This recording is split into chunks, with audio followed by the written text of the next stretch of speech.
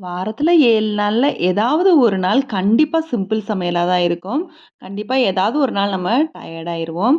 So அந்த மாதிரி இருக்கிறப்ப, என்ன நம்மளுக்கு தோணுதோ அத வந்து சமையலா வச்சு சிம்பிளா சமையல முடிச்சுருவோம். அந்த மாரி நேரத்துல நம்மளுக்கு அதிகமா ஹெல்ப் பண்றது, நம்மளோட இந்த மசாலா ஐட்டங்கள் தான். மஞ்சள் தூள், கரம் மசாலா தூள், மிளகாய் தூள், மல்லித்தூள் இத வச்சு தான். இது கூட இன்னும் வேணா நம்ம மிளகுத்தூள ஆட் பண்ணிக்கலாம். இத வச்சு தக்காளி கூட்டு சிம்பிளா ரெடி பண்ணிக்கலாம். அதே மாதிரி முட்டை கூட்டு ரெடி பண்ணிக்கலாம். உருளைக்கிழங்கு, காலிஃப்ளவர் எத நம்ம நினைக்கிறோமோ, அத வந்து சிம்பிளா இந்த மசாலா வச்சே சமைச்சு முடிக்கலாம்.